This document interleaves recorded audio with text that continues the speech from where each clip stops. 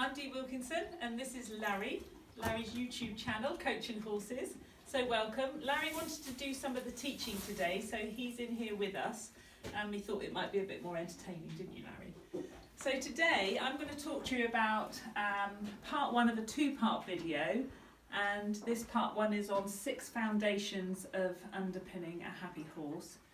So I'm not here to tell you how to do things. This is just an insight really, what we do on the yard in order to have our horses as happy and healthy as possible before we even consider getting on them. So I thought this might be helpful to some to see just how we do it and what matters.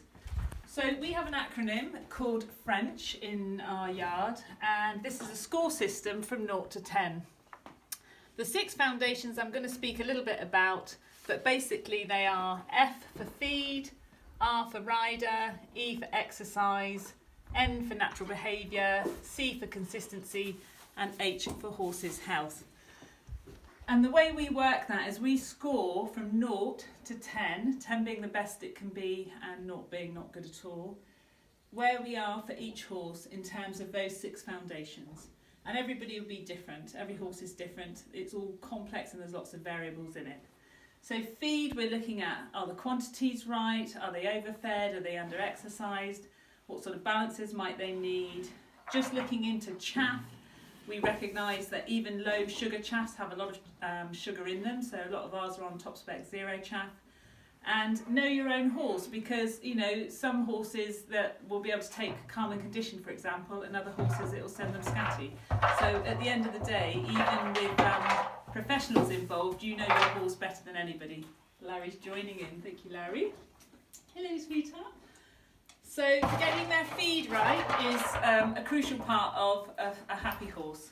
The next is rider. So this is around your rider competence, your rider confidence, your personality, because not all personalities mix with all horses, how much respect they have for you, what sort of groundwork you're doing. Our own leadership and parenting style will affect our horse's behaviour and personality, and how much energy we give off as a human being will affect the energy and impact the horse. So we look at our own rider competence as part of this foundation. The next one is around exercise. So are we doing enough exercise? And we try to exercise our horses 4 to 5 times a week here because it keeps them busy. There's some schooling work, some groundwork.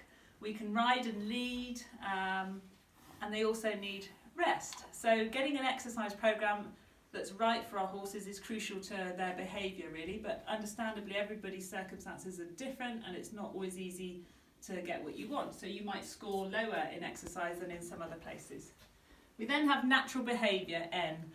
Are our horses getting as much natural behaviour as they can? So for us, we're lucky, we've got quite big spaces and they can be in herds, they can express natural behaviour and basically exhibit normal signs of being in a herd environment. Can't we, Larry? Yes. Consistency is the C for our acronym, and this is around the horses having a routine, being able to have the same thing happen at the same time every day, and that helps them keep very level in their mental health. And the last one we look at and score is the horse's health. So are their backs done? Are they in a worming programme? Flu and tetanus? Have they had their teeth done? All those types of things for their own health, farrier, saddler, all those sorts of things. So what happens is, depending on our foundations here, these all go to support the horse's personality and their behaviour. And there's obviously lots of variables in these. You can see if we're not scoring 10, the amount of variables becomes higher. And what happens is the level of our horse's personality and behaviour can then dip to a different degree, creating problems for us. So what we're trying to do is get to a maximum up to 10 as close as we can on each of those foundations in order to support our horse's personality and our horse's behaviour to become as predictable as we can get it to be. So we hope that's been a helpful insight into what we do at our yard in terms of before we even get on a horse, seeing what these levels are, trying to increase the levels up to a stronger foundation to do that's all in our power before we get back on. So thanks for listening. Larry's been really pleased to help with this video, and he'll be coming back for video 2, won't you, Larry? About getting back on, because I've got to get back on Larry after 7 weeks, and he's a little sharp number, aren't you?